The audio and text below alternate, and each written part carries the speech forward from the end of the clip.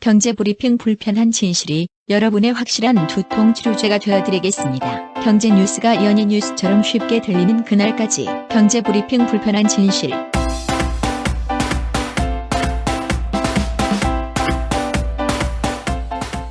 경제브리핑 불편한 진실 2월 15일 순서 시작하겠습니다. 박 PD는 지난 주말에 좋은 데 다녀오셔놓고서 왜 이렇게 화를 내고 있어요? 좋은 데 갔었죠. 강원도 평창. 그런데 왜 화를 내? 근데 제가 여기를 간 이유가 평창에서 아주 특별한 겨울왕국이 생겼다는 거예요. 겨울왕국? 겨울왕국. 레디꼬? 응, 그래서 애들을 데리고 레디꼬 부르면서 막 갔죠. 그런데요. 여기 간 곳이 알펜시아 리조트 있잖아요. 거기 되게 좋잖아요. 예, 여기에서 하얼빈 빙설 대세계라는 전시를 하고 있는 거예요. 일종의. 그러면 외신 같은데 가끔 나오는 얼음 조각상 뭐 이런 거 많은 거 그런 거 얘기하는 거예요? 맞습니다. 그러니까 이게 원조가 하얼빈이에요. 중국을 대표하는 문화 축제가 됐더라고요, 이미. 그렇죠. 그런데 여기에서 한국에서 일종의 이제 미니 축소판 빙설 대세계를 한번 해보자. 근데 평창은 올림픽이 곧 열리지 않습니까? 그렇죠. 그러니까 평창도 좋고 강원도도 좋고 오케이 합시다 이렇게 된 거죠. 그런데 문제는 우리가 올 겨울에 유독 따뜻했잖아. 그죠? 지금은 추운데 그때 영하 10도 밑으로 내려가기 전까지 굉장히 따뜻했잖아요. 그랬었죠. 얼음이 녹기 시작하네? 얼음 조각상을 만들어 놨는데. 그렇죠. 여기 가면요 남대문도 있고 이런 우리가 알만한 역사적인 건물, 건축들을 얼음으로 만들어 놨단 말이에요. 그러니까 밤에 가면은 이게 거기에 아름다운 조명이 더해지면서 정말 겨울왕국이거든. 근데 이게 이상 고온 현상으로 녹아버렸네. 아무리 그래도 강원도는 좀 춥지 않나요? 근데 그게 녹을 정도였어요? 이 관계자들 얘기를 들어보니까요 평창도 따뜻했다고 합니다. 아이고. 그래가지고 얼음이 녹으니까 당연히 관람객들이 환불해달라 막 요구할 거 아닙니까? 그렇죠. 녹음 조각상 보고 싶진 않겠지. 네. 그러니까 주최 측에서도 수입이 줄어들고 그러다 보니까 여기에서 일하는 현지 스태프들에게 월급을 못 주는 거야. 이상보다 관람객이 줄었으니까 월급도 못 줄 정도로 됐다. 그렇죠. 그리고 여기 가면은 음료수나 간식들 파는 그런 분들도 있잖아요. 그렇죠. 근데 이분들도 사람이 많아야 장사를 할 텐데 따뜻해서 얼음이 녹아서 볼 게 없으니까 사람들이 안 오잖아. 그러니까 장사도 못 하고. 그러니까 이분들까지 덩달아 손해를 보는 거야. 그래서 결국 빙설 대세계를 주관했던 주최 측이 행방불명이 됐다는 거예요. 아니 강원도도 들어가 있고 알펜시아도 들어가 있고 이 공식적인 행사인데 설령 잘 안 됐더라도 제대로 마감을 해야지 이대로 도망가 버린다는 게 말이 돼요? 이거 동네 잔치도 아니고? 그러니까 여기 주최 측이 하얼빈 시와 그리고 트루이스트라는 이번 빙설 대세계를 기획 운영한 곳이 또 있습니다. 그런데 이쪽이 쉽게 말해서 먹튀를 했다는 거죠. 아니 복잡해지니까 일이. 그러니까 정리해보자면 박 PD는 이게 망해서 도망갔는지도 모르고 계속 행사를 하는 줄 알고 갔던 거 아니야? 그렇습니다. 그러니까 그런 공지도 안 했다는 얘기 아니에요? 공지가 당연히 없었고요. 그리고 이 행사가 오후 4시부터 시작됩니다. 왜냐하면 조명이 들어가야 되니까. 그렇죠. 해가 살살 질 무렵에 오픈을 해야 되지 않겠어요? 그래서 오후 4시에 하는데 그 전에 전화를 했더니 전화를 안 받는 거예요. 그래서 4시에 하니까 직원들이 3시 반쯤에 출근하겠지 하고 그때 또 했죠. 근데 이미 그때는 이미 도착을 거의 다 했을 즈음이고 4시에 오픈을 하니까 평창이면 서울에서 2시간 반 정도 걸리거든요. 그렇죠. 와서 했더니 와서도 안 받네? 뭔가 불안해. 불길한 예감은 항상 들어맞잖아. 입구가 굳게 닫혀 있었어요. 그래서 어떻게 했어요? 그래서 성인 1명 정도 싹 들어갈 수 있는 개구멍이 있더라고. 그래서 제가 거기 들어가서 막 활보를 했지. 그랬더니 갑자기 어떤 아저씨 2명이 나오는 거예요. 뭐예요? 그러면서 여기 어떻게 들어왔어요? 여기 들어오시면 위험해요 이러는 거야. 아니 뭐가 위험해요? 곰 나타나나? 저기 보세요. 저기 얼음 떨어진 거 안 보이세요? 봤더니 얼음이 절반가량이 땅으로 다 추락을 했더라고. 아까 덥다고 녹았다고 했잖아요. 무너져 내렸군요. 그래서 정말 위험하긴 한데 정리하자면 강원도 개발공사 그리고 알펜시아 리조트 여기가 도움이죠. 주관사는 하얼빈 시와 트루이스트라는 공연 기획사고. 근데 공연 기획사는 도망을 갔다. 하지만 그 누구도 여기에 찾아오는 손님, 관광객들에 대한 안내, 폐장에 대한 공지 일절 없었다. 이겁니다. 아니 이게 진짜 말이 안 되네. 아니 그러면 그날 박 PD뿐만 아니라 다른 사람들도 거기 갔을 거 아니야. 그렇습니다. 저희가 갔을 때도 거기가 주차장 따로 안내하는 사람도 없고 하니까 당연히 입구에 차를 세울 거 아닙니까? 30여 대의 차가 쭉 서 있었어요. 근데 다들 문을 닫은 걸 확인을 하고 다 욕을 하면서 그냥 가더라고. 외국인 관광객들도 있었단 말이죠. 아이고. 근데 평창은 2년 뒤에 올림픽을 개최하는 곳입니다. 그리고 평창 알펜시아는 실제로 스키 점프대까지 있어요. 이곳에는 국제 대회를 할 수 있는 스키 점프대가 있는 곳이란 말이에요. 그런데 강원도, 알펜시아, 올림픽과 긴밀한 관계가 있는 이들 단체조차도 먹튀를 구경만 하고 있었다는 거죠. 설령 먹튀가 발생할 수도 있다고 치더라도 그런 일이 발생한 다음에 뒷조치를 제대로 해야지. 이런 식으로 모든 사람 골탕 먹이게 하면 20가족이면 그 가족들 다 합치면 거의 100명이 골탕 먹은 거 아니야. 기름값이랑 톨비 어쩔 거냐고. 그러니까 표값도 그럴 테고. 근데 올림픽이 걱정이 되는 거는 저만의 생각일까요? 박 PD가 충분히 화를 낼 만하네요.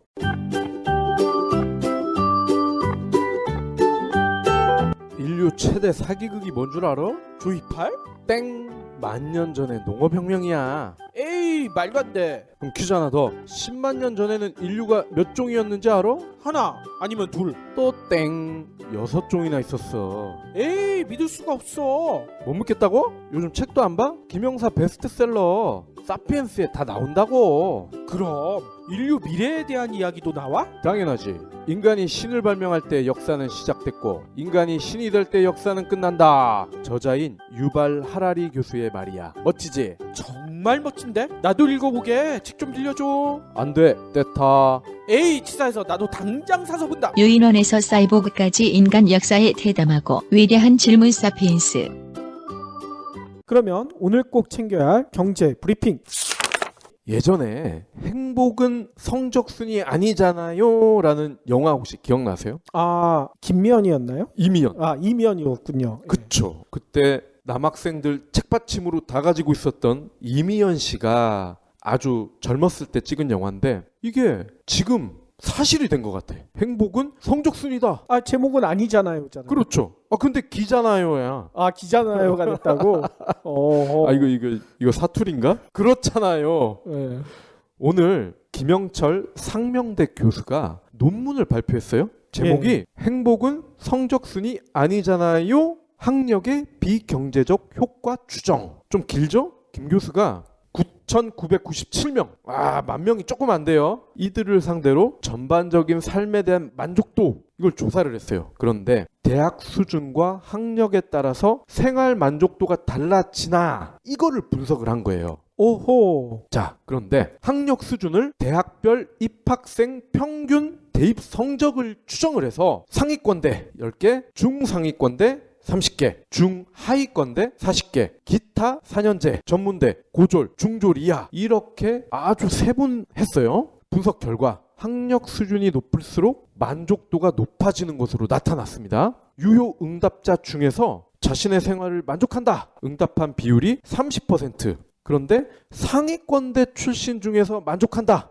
54%. 아 공부를 잘할수록 생활에 대한 만족도가 높다 이 얘기군요. 그렇습니다. 그러니까 더 구체적으로 얘기를 하면 4년제 이상 대학에 갔을 경우에 생활의 만족도가 크게 올라가는 거죠. 구체적으로 보면요. 중상위권대는 46.4%, 중위권대는 42.4%, 기타 4년제 46.2%. 즉 대졸자들은 절반 가까이가 나는 지금 내 생활에 만족합니다. 반면 전문대, 고졸, 중졸은 각각 35%, 29%, 23% 확연히 차이가 나죠? 도대체 이렇게 차이가 나는 이유가 뭘까요? 아무래도 좋은 대학 나온 사람일수록 좋은 기업 그리고 자기가 원하는 배우자감을 만날 확률이 크죠. 그렇기 때문에 전반적인 삶의 만족도가 올라간 거 아닌가 이렇게 추정을 하고 있습니다. 근데 저는 솔직히 이걸 동의를 못 하겠어요. 제가 보기에는 제 고등학교 친구들만 예. 보더라도 좋은 대학 간 애들보다 금수저를 물고 태어난 애들이 훨씬 더 행복한 것 같거든요. 아, 그거는 뭐 두말하면 잔소리죠. 예, 그러니까 이게 공부를 잘해서가 아니라 수저를 뭘 물고 태어나느냐에 따라서 행복하잖아요가 달라지는 거 아니에요? 이 응답자 10,000명 중에 금수저가 없나 보죠. 북한 미사일 위협 때문에 우리나라가 요즘 떠들썩하잖아요. 네. 특히 개성공단을 폐쇄시켜가지고 이거 도대체 누가 손해냐 이것 때문에 논란이 심각한데요. 더 심각한 얘기가 나왔습니다. 개성공단 입주 기업들이 보험에 가입을 안 했대. 아, 보험이 따로 있습니까? 보험이 따로 있었는데 보험에 가입하지 않았기 때문에 이번 피해에 대해서 전혀 보상을 받을 길이 없어요. 정부에서 해주는 거 말고는 없다는 얘기인 거예요. 그런 보험이 있었군요. 네, 그 보험 이름이요. 교역보험이라고 돼 있거든요. 그러니까 개성공단 입주 기업들이 혹시나 이런 사태가 벌어졌을 때 보상을 받을 수 있게 이런 보험을 만들어 놨는데 단 한 군데도 이 보험에 가입한 기업이 없다는 거예요. 한 군데도 없다. 예. 오늘 한국수출입은행과 개성공단 입주 기업 등이 이 자료를 발표했는데요. 2009년 8월에 이 보험이 벌써 도입이 됐대요. 예. 그러니까 시행된 지는 거의 7, 8년이 넘어가는 거죠. 특히 이 보험은요. 북측의 통행 제한으로 납품 차질이 발생했었을 때 경영상의 애로사항을 해소해 주겠다. 이런 목적을 가지고 있대요. 공단 가동이 2주일 이상 중단됐을 경우 개성으로 보낸 자재비와 가공 비용을 70%까지 보상해 주는 뭐 이런 내용도 담고 있대요. 그런데 이걸 아무도 가입을 안 했어. 어떻게 된 거예요? 일단 수출입은행 쪽에서는 안내 자료를 배포하고 설명회도 열고 여러 차례 기업들한테 보험에 가입하라 이렇게 얘기를 했는데 문제는 입주 기업 입장에서는 이 보험이 과연 필요할 것인가 이거에 대한 의문도 있을 뿐만 아니라 또 한 가지 더 큰 문제가요. 가입하라고 했는데 제출할 서류가 너무 많다는 거야. 절차도 복잡하고 이거 가입하라는 거야 말라는 거야 이렇게 항의하는 기업들이 너무나 많았대요. 예. 그러니까 정리하자면 개성공단에 이런 문제가 생길 거를 대비해서 수출입은행보로 보험을 만들려고 했는데 실제로 보험 가입하기에는 문턱을 엄청 높여놓은 거지. 아무나 가입하지 못하게. 그러니까 기업들이 가입 안 하지. 기업들이 가입 안 한 데에는 다 이유가 있는 거죠. 이래놓고서 나중에 면피하려고 그렇겠지. 그렇게 한 거구만요. 다음 소식입니다. 스마트폰 시장에서 1위는 삼성이죠? 볼륨 기준으로. 그런데 수익 측면에서 애플이 독보적인 것으로 나타났어요. 독보적이라고 하면 한 50%? 60%? 아유, 그런 말을 하네요. 무려 90%입니다. 아니 애플 혼자서 90%를 독식한다고요? 그렇습니다. 볼륨 1위인 삼성전자는 10% 정도밖에 안 된다는 거예요. 수익이. 우와 너무하네. 그런데 대충 견적은 나오죠. 애플은 비싸니까 아이폰은 비싸잖아요. 근데 삼성의 스마트폰은 물론 갤럭시 5, 6처럼 비싼 것도 있지만 J, A 해서 보급형도 많이 있죠. 그렇긴 하죠. 네, 그렇기 때문에 10%밖에 안 된다. 그런데 차이가 너무 많이 나죠. 아니 이거는 상상을 초월할 정도인데요. 이에 대해서 한 분이 이런 얘기를 하시더라고요. 내가 지하철을 타보면 남자는 40% 정도가 아이폰 6 플러스, 여자는 7, 80%가 아이폰 6를 들고 다니더라. 근데 도대체 삼성이 1위라는 거는 어느 나라의 얘기냐? 난 도저히 모르겠다. 그런데 애플이든 삼성이든 누가 이기든 상관이 없다. 좋은 거 싸게 쓰면 그게 장땡이다. 이런 얘기를 하셨어요. 그렇죠. 삼성 갤럭시는 지하철 안 타시는 분들만 쓰나 보죠. 그런가? 요즘 일자리에 관련된 얘기들이 여러 군데서 나오고 있잖아요. 과연 올해는 좀 일자리가 늘어날 수 있을 것인가. 일단은 구직자들이 가장 들어가고 싶어하는 공공기관 채용이 작년보다 늘어난대요. 다행이네요. 입사문이 조금 더 많이 열린다. 이런 내용이 나오고 있는데 문제는 열리긴 열리는데 워낙 경쟁률이 장난 아니게 치솟아서 실제로 들어가는 거는 꿈도 꾸지 말아라. 이런 얘기가 나오고 있다. 예년보다 오히려 더 들어가기가 힘들다. 그렇죠. 왜냐하면 몇 년째 계속 취업 한파가 몰아치고 있어서 지금 취업 재수, 장수 뭐 이런 친구들이 너무나 많잖아. 네. 이런 친구들이 다들 가장 가고 싶어하는 데가 공공기관이에요. 이런 데 계속 몰리니까 경쟁률은 매년 계속 높아지고 있거든요. 실제로 오늘 한국철도공사가 발표한 자료에 따르면요. 지난 5일에 상반기 정규직 채용을 위한 인턴 사업 공개 모집을 했대요. 그런데 인턴 사원을 700명을 모집하는데 지원한 인원이 무려 16,698명. 그러니까 공채 경쟁률이 26대 1. 장난이 아니죠. 한국수자원공사 역시 3개월 인턴십 이후에 인턴 사원 90%를 정규직으로 뽑기로 하는 뭐 이런 조건으로 200명을 모집을 했대요. 근데 지난 1일에 서류 접수를 마감해 봤더니만 지원자가 8,600명이나 몰렸대요. 그러니까 경쟁률이 43대 1. 와. 또 대한적십자사, 여기도 구직자들이 많이 들어가고 싶어 하죠. 여기는 5명을 뽑겠다고 냈는데 지원자가 1,000명 이상, 경쟁률이 200대 1. 근데 문제는 지금까지 밝혀진 거는 빙산의 일각이란 얘기예요. 이것보다 더 경쟁률이 심하고 지금 얘기했던 게 대부분 정규직 채용을 조건으로 뽑는 인턴이잖아요. 그렇죠. 근데 인턴 100%가 정규직이 되는 거 아니거든. 그렇죠. 그러면 실질적인 경쟁률은 아까 얘기했던 거에 곱하기 몇은 더 해야 되는 거예요. 그러니까 최소한 다 100대 1이 넘는다는 얘기인 거예요. 근데 더 큰 문제가 뭔지 아세요? 공고는 이렇게 해놓고선 실제로 정규직 전환할 때 정규직 100% 전환해 줄까? 100% 정규직 전환이라는 조건을 내걸었더라도 정규직 전환 안 할 가능성이 제가 보기엔 무지하게 많습니다. 경기도 사시는 분들은 조금 기뻐할 만한 소식이네요. 전 경기도 안 사는데. 이 돈의 아파트 관리비가 약 5%가량 내려간다고 합니다. 서울은 그런 소식 없어요? 없네요. 작년 8월에 개정된 공동주택 관리 규약 준칙 때문인데요. 이 준칙에 따르면 빈병 이런 재활용품 판매로 수익을 얻는데요. 그렇죠. 네, 그리고 알뜰장터 있잖아요. 그리고 광고비, 주차료 이런 거를 잡수익이라고 하는데 이 잡수익을 모두 결산을 한 다음에 약 70%를 관리비로 이제 쓸 수 있게 됐다고 합니다. 그러니까 이 70%를 예전에는 누가 썼냐? 공사 발주한 직원 또는 동 대표의 쌈짓돈으로 들어갔다는 거야. 아하. 그래서 다들 동 대표를 하려고 했나 봐요. 근데 앞으로는 이 돈을 모조리 내년도 관리비로 쓴다. 그러니까 가구당 약 5%의 절감 효과가 생기는 거죠. 이건 좋네요. 아니 왜 서울은 안 할까? 안녕하세요, 해리입니다. 여러분, 꼬박꼬박 내는 반값을 생각하면 집 선택은 신중해야 합니다. 360도 리얼 뷰와 조건 검색, 그리고 매물도 많은 다방으로 찾으세요. 반값이 얼만데 볼 수 있는 건 다 봐야죠. 방 찾을 땐 다방. 그러면 오늘의 섹션 시작할 텐데요. 오늘은 외신을 좀 살펴볼 텐데 일단 여러분들 이런 얘기 많이 들어보셨죠? 역사는 반복된다. 그럼요. 근데 역사는 흐른다도 있는데. 흐른다도 있죠.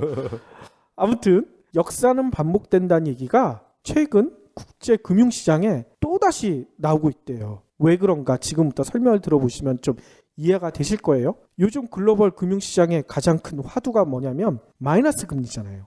예. 일본이 마이너스 금리 도입했다고 해서 저희가 지난번 방송에서도 한번 했었었죠. 근데 이 마이너스 금리가 점점 바람이 커지고 있어요. 전 세계에서 다 중앙은행들이 마이너스 금리를 도입하겠다 이렇게 나서고 있다고 해요. 일단 그때도 설명드렸지만 마이너스 금리라는 게 그거잖아요. 은행에 돈을 맡기면 이자를 받는 대신 보관료를 무는 거잖아. 그렇죠. 이게 상식적인 일일까요? 상식적이지 않죠, 전혀. 비정상적인 얘기인데 왜 중앙은행들이 이거를 다 도입하려고 할까? 일단은 마이너스 금리 그때도 설명을 드렸었지만 근래에 들어서 마이너스 금리를 가장 먼저 도입한 국가가요. 2012년 덴마크래요. 그 이후에 현재 5개 경제권이 마이너스 금리를 도입했다고 합니다. 2014년 유럽중앙은행, 스위스가 도입했고요. 지난해 초에는 스웨덴, 그리고 지난달에는 일본 이렇게 5개 경제권이 마이너스 금리를 도입했는데 아까도 얘기했듯이 전 세계 중앙은행들이 마이너스 금리를 다 도입하려고 한다고 했잖아요. 미국 CNBC가 조사를 해봤나 봐요. 다음에 마이너스 금리를 도입할 국가 점쳐봤는데 캐나다, 노르웨이, 이스라엘, 영국, 체코 이런 나라들이 꼽혔다는 거예요. 우리나라는 없네요. 아직까지는 우리나라는 없대요. 그래서 CNBC에서는 이런 얘기까지 해요. 이젠 마이너스 금리 행렬에 동참하지 않으면 전 세계 금융시장에서 왕따를 당할 수도 있다. 왕따를 당한대 마이너스 금리가 아니면. 이 때문인지 전 세계 금융시장에서 가장 중요한 국가 중에 하나가 미국이잖아요. 미국의 동향이 어떻게 되는가. 미국의 제넷 옐렌 연준 의장이 지난 11일에 이런 얘기를 했대요. 마이너스 금리를 당장 도입할 가능성은 없다. 이렇게 얘기하면서도 그 다음에 말을 하나 더 붙였어요. 마이너스 금리 적용 가능성을 그래도 다시 한번 검토하고 있다. 앞뒤 얘기가 좀 달라? 그러게요. 이거 좀 애매한데? 이것도 유체이탈화법의 결정판이 아닌가 저는 그런 생각이 드는데 아무튼 옐렌 의장의 얘기를 들어보면 마이너스 금리를 미국에서도 도입할 가능성이 전혀 없지는 않은 거 아니에요. 그렇죠. 거기다가 우리나라도 16일 그러니까 내일이죠. 금융통화위원회가 열리거든요. 우리나라도 기존에는 마이너스 금리 꿈도 안 꾸고 있다. 검토도 안 하고 있다고 했는데 내일 마이너스 금리에 관련된 논의가 있을 수도 있다. 이런 추측이 나오고 있대요. 그러면 우리나라도 어쩌면 마이너스 금리 대열에 동참하지 않을까. 잘못하면 왕따도 될 수 있다고 하는데 그렇죠. 그런 얘기가 나오고 있다는 거예요. 그러면 왜 전 세계 국가들이 이렇게 마이너스 금리에 목을 매는 걸까? 지난번에도 좀 얘기를 드렸지만 간단히 얘기하면 이거예요. 아무리 돈을 풀어도 경기가 살아나지 않으니까. 그때도 모르핀 얘기 한번 했었잖아요. 그렇죠. 모르핀은 아무리 놔도 안 나니까 이제 경기 살아날 때까지 계속 놓는 거예요. 특히나 요즘은 전 세계가 다 경기 부진 때문에 디플레이션 압력을 받고 있잖아요. 디플레이션 압력을 막기 위해서는 어쩔 수 없이 마이너스 금리, 통화 가치를 낮추려고 노력을 하게 되거든요. 거기다가 실질 금리가 떨어지게 되면 수출 경쟁력이 높아지잖아. 수출에 목매고 있는 특히 일본 같은 국가들은 마이너스 금리를 통해서 수출 기업들을 조금 더 부양시켜 보겠다. 이런 보관도 가지고 있다고 합니다. 근데 일본의 사례를 보듯이 중앙정부가 기대한 거와 달리 부작용이 더 커요. 일단 마이너스 금리를 도입하니까 예금을 빼내가는 사람들이 꽤 있대요. 예금 인출을 해간다는 거예요. 당연히 빼죠. 너 놔도 내가 오히려 비용을 내야 되니까. 그렇죠. 뭐하러 그래? 거기다가 부동산 시장이 또 다시 이렇게 거품이 생길 수도 있다. 이런 얘기도 나오고 있어요. 문제는 마이너스 금리의 역설. 통상 금리를 내리게 되잖아요. 그러면 시중에 돈이 풀려야 되잖아요. 네. 돈이 풀리게 되면 그 나라의 화폐 가치가 떨어지게 되죠. 네. 그리고 주식시장이 활기를 띄어야지 정상인 거거든요. 근데 일본과 유럽은 반대 현상이 벌어지고 있어요. 화폐 가치는 금리를 내렸는데 오히려 더 올라가. 원래 금리가 화폐 가치를 나타내는 거잖아요. 네. 근데 역으로 가고 있어요. 거기다가 주식시장이 활성화가 돼야 되는데 오히려 주식시장은 더 폭락을 해버려요. 이걸 가리켜 마이너스 금리의 역설이 발생하고 있다. 이렇게 분석하는 전문가들이 있습니다. 아니 금리가 내려갔는데 돈의 가치가 올라갔다. 이건 좀 이해가 안 되는데요. 일단 마이너스 금리를 도입한 국가들을 보면 그래도 전 세계 국가들 중에서는 경제가 어느 정도 규모가 큰 국가들이에요. 아까 5개 경제권이라고 했잖아요. 예. 유럽, 스위스, 스웨덴, 일본, 덴마크. 전 세계에서 그래도 내노랗게 잘 나가는 국가들이잖아요. 이런 국가들이 다른 중남미 국가나 아시아 국가들보다는 경제가 나빠도 그래도 상대적으로 좋은 국가들 아니야. 예. 그렇기 때문에 마이너스 금리를 하더라도 다른 국가들은 더 경기가 더 나쁘니까 그나마 상대적으로 좋은 국가들한테 돈이 쏠린다는 얘기인 거예요. 그러니까 일본 같은 경우만 보더라도 마이너스 금리를 도입했는데 엔화 가치는 오히려 더 올라가고 있어요. 그러니까 마이너스 금리에 역설이 발생한다는 얘기인 거예요. 그런데 저는 이 마이너스 금리를 보면서 좀 이상하다는 생각이 들었어요. 저와 비슷한 생각을 하시는 애청자분들이 계실 것 같은데요. 마이너스 금리에서 은행은 그러면 뭘 먹고 살까? 그런 생각 안 해보셨어요? 듣고 보니까 궁금한데. 왜냐하면 요즘은 은행들이 여러 가지 파생상품도 팔고 여러 가지를 해가지고 수익을 올리고 있긴 하지만 은행의 가장 기본적인 수익원은 예. 예대 마진이잖아요. 예금금리와 대출금리의 차이. 이걸 가지고 수익을 벌어들이잖아요. 그런데 예대 마진이 차이가 많으면 많을수록 은행이 수익이 많이 발생하는데 이 차이가 많으려면 어떻게 해야 되겠어요? 금리가 높아야지 예대 마진을 더 크게 잡을 수가 있잖아요. 그렇죠. 마이너스 금리가 되면 예대 마진을 크게 잡을래야 잡을 수가 없게 되잖아요. 네. 마이너스 금리 때문에 예대 마진이 급격하게 줄어들면 은행은 수익 내기가 점점 힘들어진다는 얘기인 거예요. 그러면 돈을 보관을 하면서 보관료를 받아야 되나요? 그래야 되는데 보관을 하겠습니까? 안 하죠. 안 하잖아. 그러니까 점점 더 수익원이 없어진다는 얘기인 거예요. 아, 그럼 진짜 부자들 말고는 보관을 안 하겠네. 그렇죠. 부자들은 돈을 놔둘 데가 없잖아요. 개인 금고에 놔두지. 뭐하러 은행에 맡겨요. 보관료까지 물면서. 은행이 더 안전하지 않나요? 요즘 미국이나 일본이나 개인 금고 엄청나게 팔린대요. 거기다 맡겨놓죠. 자기 집안에 땅 파가지고 묻어놓는다는 거야. 근데 제가 이런 생각을 하고 찾아봤더니만 실제로 전 세계 금융기관의 수익성이 심각하게 악화됐대요. 특히나 유럽 주요 은행들의 주가가 줄줄이 폭락했다고 해요. 여러분들도 많이 들어보셨던 프랑스의 BNP 파리바, 스위스의 크레디트 스위스 이런 글로벌 은행들의 주가가 폭락을 했고요. 특히나 도이체방크라고 아시죠? 독일의 최고 은행이죠. 그렇죠. 독일을 대표하는 은행인데 여기가 지난해 4분기에 엄청나게 적자를 봤거든요. 근데 더 큰 일이 벌어졌어요. 올 들어 빠진 주가가 무려 35%. 폭락을 한 거죠. 폭락. 특히나 도이치방크는 요즘 이런 루머까지 퍼지고 있대요. 조건부 후순위 전환 사채라고 있잖아요. 코코본드라고 하는데 이 코코본드의 이자를 내년에 지급하지 못할 수도 있다. 이런 소문이 돌고 있대. 한마디로 파산할 수 있다는 얘기인 거예요. 그렇게 되면 어떻게 되겠어요? 도이치방크의 파산. 설마 도이치방크가 망하려고? 근데 2008년에 뭔 일이 있었어요. 리먼 브라더스. 리먼 브라더스가 망할 리가 있으려고 대부분 그렇게 얘기했거든. 망했잖아. 제2의 리먼 사태가 올 수도 있다. 이런 얘기가 지금 벌써 들리고 있다는 거예요. 그런데 도대체 마이너스 금리를 써가지고 이렇게 중앙은행들이 경기를 부양시키려고 하는데 왜 이런 역설이 발생할까? 이것도 좀 궁금하시잖아요. 경제학적으로 마이너스 금리가 절대 경기 부양에 도움이 되지 않는다. 이렇게 주장하시는 전문가들이 있어요. 이분들의 주장을 좀 살펴보니까 대답은 간단해요. 아까도 제가 처음에 얘기했듯이 마이너스 금리가 정상적이냐? 비정상적이지. 비정상적인데 돈을 벌 수가 있다는 게 말이 안 된다. 이거예요. 실제로 마이너스 금리를 도입하는 이유는 돈을 더 쓰라고 하는 거잖아요. 그렇죠. 근데 돈을 더 쓰라고 이렇게 중앙은행들이 부추기는 이유가 경기가 나쁘기 때문이잖아. 경기가 나쁜데 돈을 더 쓰라고 한다고 어떤 바보 같은 사람이 돈을 더 쓰겠어요? 일단 기본 자체가 잘못됐다는 거예요.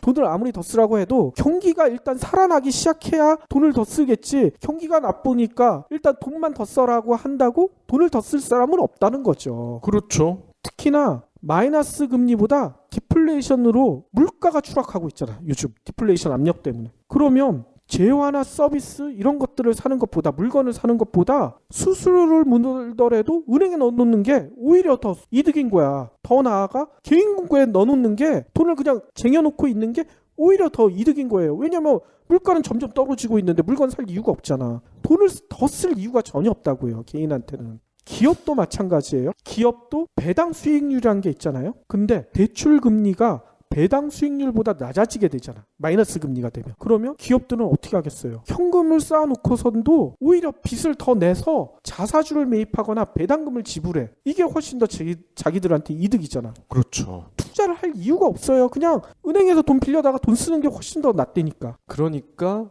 마이너스 금리를 했을 때 돈이 풀릴 것이라는 그 기대가 정말 막연한 거군요. 그렇죠. 상식적으로 생각을 해봐도 마이너스 금리는 오히려 소비와 투자를 더 억제시켜버려요. 그러면 중앙은행들이 기대하고 도입했던 게 전혀 무용지물이라는 거예요. 아니 그러면 서두에 말씀하신 그 5개 국가 그리고 곧 도입하는 새로운 국가 얘네들은 바보들인가요 그러면? 저도 그 이유가 상당히 궁금했는데 힌트를 거기서 발견을 했어요. 혹시 빅쇼트라는 영화 보셨어요? 개봉한다는 것만 본 것 같은데 저는. 아 근데 벌써 돌아다니고 있어요. 어둠의 경로에는. 저는 그걸 다운받아서 봤는데 내용이 상당히 어려워요. 일단 전문 용어가 너무 많이 나와. 그리고 말도 무지하게 빨라요. 이 제목 자체도 잘 이해가 안 되는데요. 빅쇼트. 공매도라고 아시죠? 예. 공매도 중에서도 큰 공매도를 빅쇼트라고 한대요. 아, 큰 공매.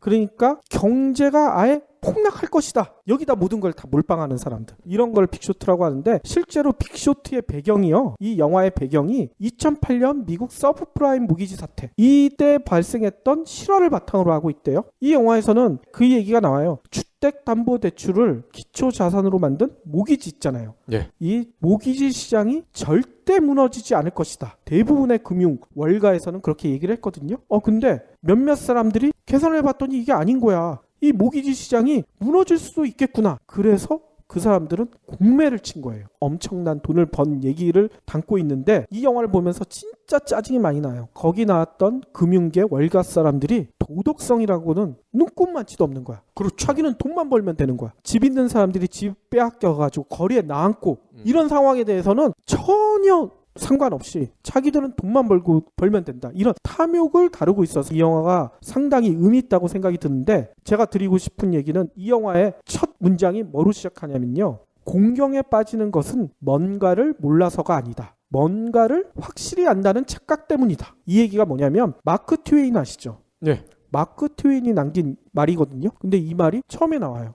이게 뭘 의미하냐면 금융시장 마이너스 금리 이런 것도 중앙은행 얼마나 전문가들이 많아. 이 사람들이 마이너스 금리를 낮추면 당연히 사람들이 돈 많이 빌려갈 거 아니야. 그러면 경기가 살아날 거 아니야. 당연히 그럴 것이라고 자기들은 알고 있다고 하는데 나중에 보니까 이게 안다는 게 착각일 수도 있다. 저는 그런 생각이 들거든. 영화의 마지막에는 이런 얘기가 나와요. 2015년 몇몇 대형은행이 맞춤형 트렌지 기회로 불리는 금융상품을 엄청나게 판매하기 시작했다. 블룸버그 뉴스에 따르면 이는 부채담보부 증권 CDO라고 하죠. 이 CDO의 또 다른 이름에 불과하다.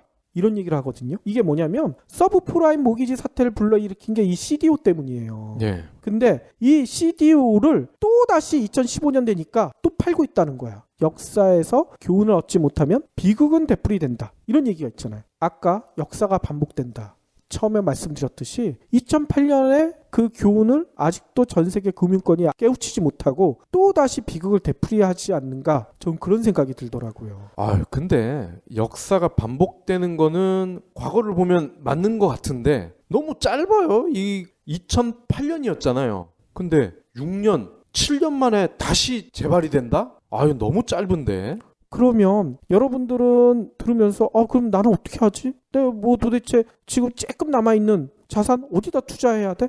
이런 생각들 많이 하실 거예요. 제가 한 가지 말씀드리고 싶은 게 예전에 방송에서도 한번 말씀드렸을 거예요. 이렇게 불확실성이 심할 때는 쉬는 것도 투자다. 이 얘기를 드렸었잖아요. 최근 일부 언론에서는 마이너스 금리 시대 어차피 돈을 가지고 있으면 그 보관료만 내니 왜 현금을 가지고 있느냐 이럴 때는 안전자산인 금이나 채권에 투자하라 이렇게 꼬드기고 있거든요. 금이나 채권이 안전자산 이렇게 불리고 있으니까. 근데 과연 그럴까? 벌써 일부 전문가들은 이런 얘기를 하고 있어요. 금이나 채권도 안전자산일 수 없다. 뭔 얘기냐면 마이너스 금리로 인해 세계 경제 불확실성이 너무나 커졌다. 그러니까 금리가 마이너스로 떨어지면 어떤 일이 일어날지에 대해서 경제학적으로 이론이 전무하다. 아무도 전망하기가 힘들다. 금이나 채권도 어떻게 될지 알 수가 없다. 그렇기 때문에 현금 이외의 다른 투자는 리스크가 너무나 크다. 이렇게 주장하시는 분들이 계세요. 현금과 금은 안전자산으로 분류가 되잖아요. 근데 현금도 마이너스가 되는 세상이라면 금도 비슷하지 않을까요? 금도 마이너스가 되지 않을까요? 가치가? 그렇죠. 그럴 가능성이 높고요. 그렇기 때문에 좀 전에 얘기 드렸던 쉬는 것도 투자다. 이거를 여러분들도 한번 생각해 보시는 게 좋을 것 같습니다. 몸에 투자하는 건 괜찮지 않나요? 몸에 투자하는 거요? 그게 가장 좋죠. 건강에 투자하셔야죠. 경제브리핑 불편한 진실 나한테 정말 딱이더라고. 신문이나 TV 뉴스 챙기기 쉽지 않잖아. 그런데 경제브리핑 불편한 진실은 내가 듣고 싶을 때 터치만 하면 경제 뉴스를 쉽게 풀어서 설명하거든. 시사 용어 해설도 들을 수 있고 신간 리뷰도 들을 수 있고. 글쎄 우리 조카가 이 방송을 듣고 나서 이모 진위 개수가 뭔지 알아? 난 알지? 하고 자랑하더라고. 이런 팟캐스트 정말 오래오래 들을 수 있으면 좋겠다. 그런데 혹시 돈 없다고 그만하면 어쩌지? 이 PD님, 박 PD님 맨날 자비로 방송한다고 하던데 조금이나마 도울 수 없을까? 걱정 마세요. 신개념 기부 사이트 위시플렉스가 있습니다. 안녕하세요. 위시플렉스 대표 김태우입니다. 여러분의 돈은 한 푼도 들이지 않고 경제브리핑 불편한 진실을 기부할 수 있습니다. 마음에 드는 신상 10개를 고르시기만 하면 일주일마다 기부머니 500원이 적립됩니다. 한 달이면 2,000원이죠. 경제브리핑 불편한 진실 정기 구독자가 1만 명을 훌쩍 넘었는데 이분들이 모두 참여해 주시면 한 주에 500만 원, 한 달에 무려 2천만 원을 모을 수 있습니다. 이 정도면 PD, 박 PD님 신세 타령하지 않아도 되겠죠? 위시플렉스는 스마트폰 앱은 물론 PC에서도 만날 수 있습니다. 유기견 살리기, 저소득 가정 아동 돕기 등 다양한 기부 프로젝트가 있으니 많은 후원 부탁드립니다. 지금까지 너무 어려운 얘기를 해서 마지막으로는 좀 말랑말랑한 소식을 전해드릴까 해요. 이것도 페이스북에 누가 한 분이 공유를 해주셨어요. 제목은 이렇게 돼 있습니다. 얘들아 사랑이 뭐니? 4살에서 8살짜리 아이들한테 사랑에 대해서 어떻게 생각하고 있을까? 이거를 물어봤나 봐요. 그랬더니 아이들의 대답이 너무나 귀여워요. 일단 한 어린이는 사랑은 내가 피곤할 때 웃을 수 있게 해주는 거예요. 또 한 친구는 엄마가 아빠를 위해 커피를 만들어 놓고선 맛있는지 보려고 한 입 먹어보는 거예요. 이렇게 얘기를 한대요. 너무 귀엽지 않아요? 또 한 친구는 남자친구예요. 어떤 남자에게 셔츠가 이쁘다고 말하니까 그 셔츠를 매일 입는 거예요. 이렇게 얘기하는 친구도 있어요. 그리고 굉장히 구체적이네요. 그렇죠. 이 친구의 얘기가 제일 재밌습니다. 매일 키스를 하고요. 키스하는 게 지겨워져도 같이 있고 싶어 하고 얘기도 더 많이 하는 거예요. 우리 엄마 아빠가 그러거든요. 근데 키스할 때는 좀 징그러워요. 이렇게 얘기를 한대요. 그래서 저는 이 내용을 보고 우리 딸한테 한번 물어봤어요. 너는 사랑이 뭔지 알아? 물어봤더니 우리 딸이 뭐라고 했는 줄 아세요? 눈물의 씨앗? 아이, 애들이 그런 걸 어떻게 알아? 연필로 쓰세요? 아니에요. 우리 딸은 그렇게 얘기를 하더라고요. 맛있는 걸 만들어주는 거예요. 그러면 백종원이죠. 백종원이 가장 사랑하는 사람이에요. 아무튼 우리 딸이 그렇게 얘기하길래 제가 그날 맛있는 쿠키를 하나 만들어줬거든요. 그랬더니 아빠 사랑해요 그러더라고. 여러분들도 오늘 저녁 사랑하시는 분들과 한번 사랑이 뭔지 생각을 하시면서 맛있는 거를 같이 먹어보시면 어떨까 이런 생각이 드네요. 박 PD도 그런 거 잘하잖아요. 저는 어제도 제가 볶음밥을 다 해서 가족들과 먹었습니다. 레시피가 궁금하시면 댓글로 남겨주세요. 진짜 맛있어요.